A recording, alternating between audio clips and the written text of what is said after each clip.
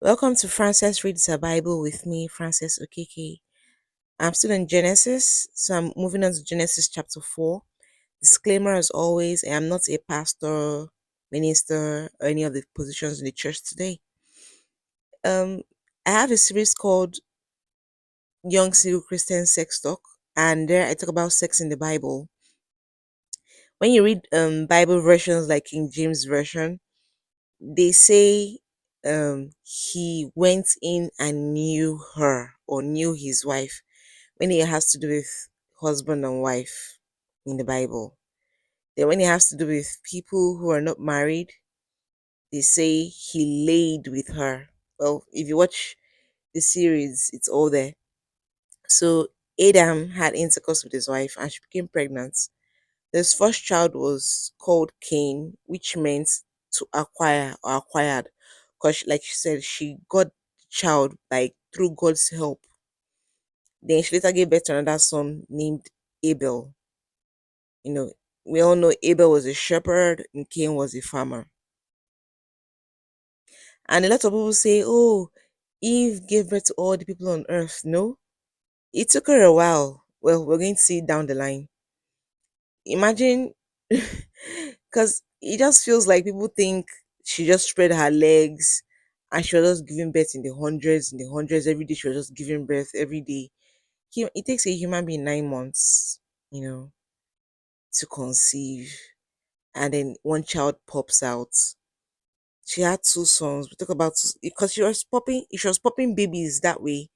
Then we shouldn't just be talking about Cain and Abel, you know. And this was not when they were children. This was when they were now adults. They should be in their 20s or 30s now, as in the children. Cain and Abel. They were not kids anymore. She didn't give birth to fully formed adults, you know. So that's not possible. Like I said earlier, there were human beings on earth already from the first creation story. And Cain was a farmer, Abel a shepherd.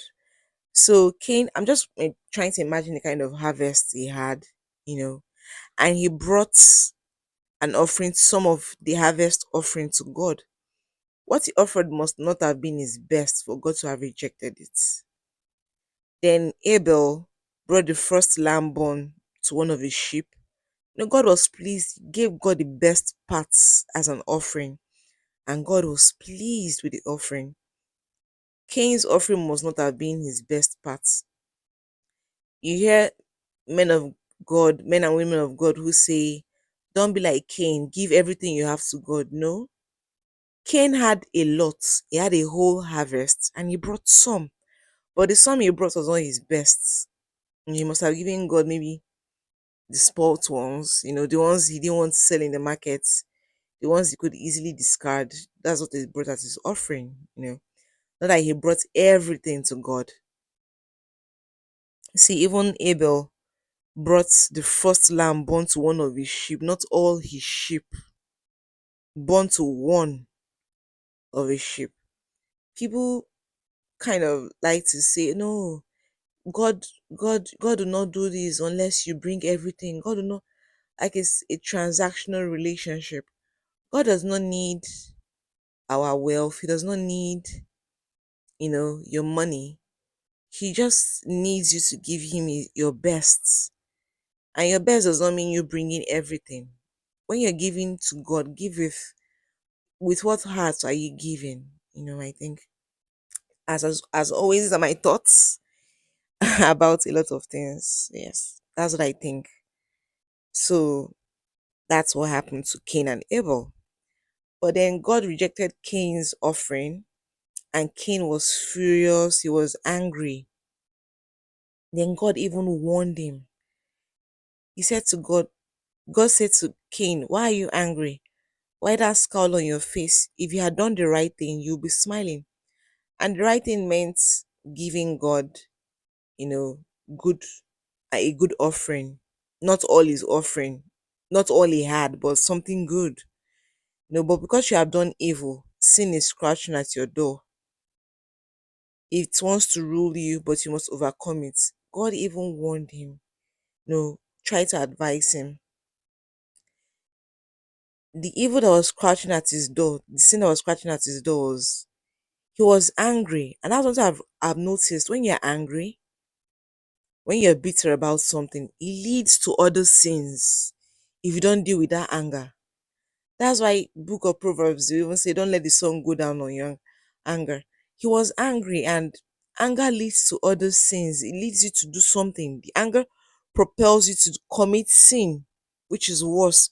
You see, people get angry and then they kill people. People get angry and then they steal. People get angry and they do stupid things. They commit sin. So God had told him, "See, don't let that anger in. It's going to cause this. It wants to rule you, but you must overcome it. Overcome the anger." But he didn't.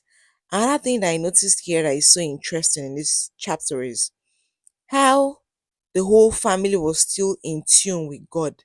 They could converse with God, walk with God, have discussions with God, so easily. God would come around to visit them, to check on them, to see what they were doing. I don't know about you, but I would love that kind of relationship with God, to be able to have conversations and have discussions with God every day. Then, see, God had warned Cain. Evil is this sin is scratching at your door. Is waiting for you to open the door. Don't open the door. You're angry now. Don't open the door to sin. But he didn't control his anger like God had told him to control it. And then he now said to his brother Abel, "Let's go out into the fields." And there he killed his brother. Then God asked him, "Where is your brother Abel?" And he answered God, "I don't know. Am I supposed to take care of my brother?" I think there's something with this first family. It's Adam's family. They have problems with accepting responsibility for their actions. They like to divert, like, "It's not me, it's somebody else. Why should it be me?" They don't accept responsibility. So he says, "Of course, you're supposed to take care of your brother. Yeah, his elder brother, So he lied. He refused to take responsibility for taking care of his brother, and he lied to God. Okay, even if he wasn't meant to take care of his younger brother, the way he responded was very defensive. Like, why are you asking me? How would I know? Am I supposed to be my brother's keeper?" He just easily said, "Oh, I have no idea. I'm, it was so clear that he had done something wrong, and he was being defensive. Then God told him, "Why have you done this terrible thing? Your brother's blood is crying out to me from the ground." That's something else this chapter speaks to me about. Like, blood is life. Life is in the blood. That's why you hear of people who, okay, I don't know what parts of the world you're from, but I'm from Nigeria, and blood is important. That's why when they're doing all these rituals in traditional African religion, they use blood, either animal blood. Some people use human blood. Blood is important. There's life in blood. So you just imagine his blood was crying out to him, to God from the ground.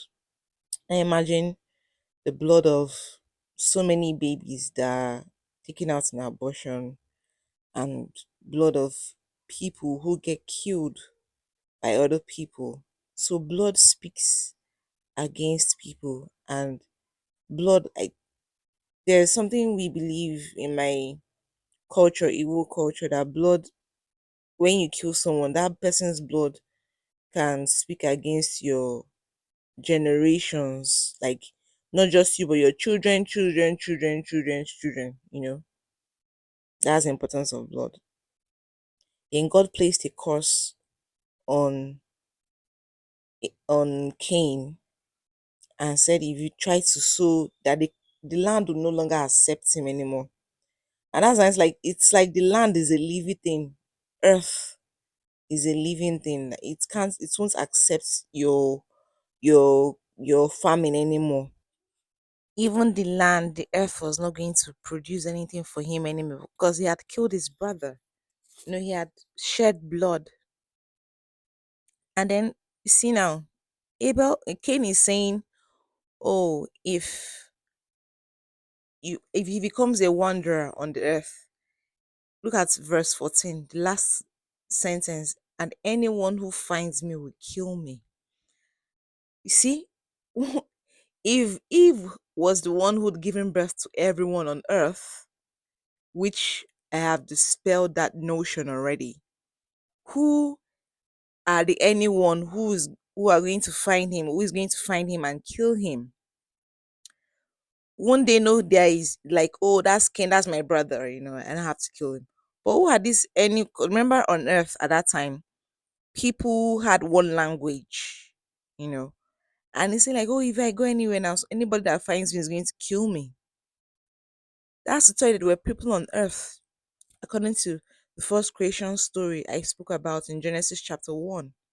God created male and female in his own image and likeness, and he scattered them all over the earth and told them, multiply, be fruitful, have dominion. Before he now went on to Genesis chapter 2 and created Adam for the Garden of Eden, to take care of the Garden of Eden. I spoke about that in Genesis chapter 2. The videos are there. So you see, there are people on earth, and God now answered him, if anyone kills you, 7 lives will be taken in revenge. So if who is this anyone still, and where are the 7 lives going to come from? Like I said, Eve didn't just spread her legs and we were just popping out hundreds and hundreds of children like rats do. Human beings take 9 months to, during pregnancy to conceive and then give birth. There were people on earth. And so God now gave him a mark to warn anyone who met him not to kill him. And everybody will understand that mark because, like I said, people on earth at the time spoke one language. So Cain went on, if you look at the previous verse, Cain went to a city, a land somewhere else, and now he has a wife. This wife is not his sister. He married from there, and he had a son, and named that son Enoch. And Cain built a city. It wasn't ghosts and rats that were living in the city. He didn't say Cain built a hut, built a stick, or built a mud house. He built a city, a proper city filled with people, and people lived in that city called Enoch that he named after his son. And there's something in my I'm Nigerian and from the Igbo tribe. In my tribe and culture, there's something called Idrisi. Idrisi is something done when you're about to get married. Let's say as a young woman now, I'm going to get married to a man. My uncles, relatives, and other people from my family will go to the man's village to ask questions about him and his family. They won't ask the man because, of course, people will lie. So when my uncles and relatives go to that village to ask questions about the man's family, the questions will be like, is there madness in this family? Um, how did the grandfather die? Grandmother? What's the family's character? Is there stealing in the family? That's why they say there's something in blood, it's hereditary. That's what we believe, that some things are hereditary. Like someone can is there early death in the family? Is there something about this? They won't ask the family directly. They will ask from questions from neighbors, do like the FBI, CIA. If person A is mad, you might give birth to mad children. And if you check, maybe grandparents or generation of the grandparents, one person in that family too that has mental issues as well. Then if you're a liar or you've killed somebody, maybe your great great grandfather killed someone, then you find maybe a grandfather or somebody else who's killed someone. So all this hereditary stuff, people take it serious. Like, let's say your great grandfather died at the age of 40, and your grandfather died at the age of 40, your uncle, great uncle died at the age of 40 or 39, young. They're like, people in this family die very early. The men die very early, They make all those discoveries. See now, see Lamech, because his great great great grandfather Cain killed someone. He got angry and killed his brother Abel. Now, Lamech, his great great great grandson, has done the same thing. In anger, killed someone else. You know, we can't say for the sons in between, but this is Cain's lineage. You know, that curse from him killing his brother Abel has moved into his generation. They now have anger issues and killing people issues. So in my culture, once they see that, like they just believe if the mother is like this and the grandmother is like this, then the daughter will be like this. If this happened, that happened, then it will continue. They just check the lineage, the timeline in the family. Then just look at it. Adam and his wife had another son. Adam was 130 years old here, not from birth, but from when he was created. Remember, he'd had Cain and he'd had Abel, but then Adam was now 130. And if what people say that, oh, Eve gave birth to all people on earth is true, then he shouldn't get to 130 years old to have a new son. So it took them a while to have another child, a son called Seth, who replaced Abel. There was no son after Cain and Abel. And see, Cain had gone on to have children and all that before his mom, Eve, gave birth to Seth. Okay, so I'm going to stop here today. Um, I'll continue tomorrow with Genesis chapter 5. I hope you stick around. As always, these are my thoughts, as imperfect as they are, and I'm not a pastor, I'm just a Christian reading her Bible. I hope you stick around. And I have a series on YouTube called Young Single Christian Sex Talk. I think I have like 30 episodes or thereabouts on it already. Hope you check it out if you want. So I'll see you tomorrow. And this is Frances Reads Her Bible with me, Frances Okiki. Bye.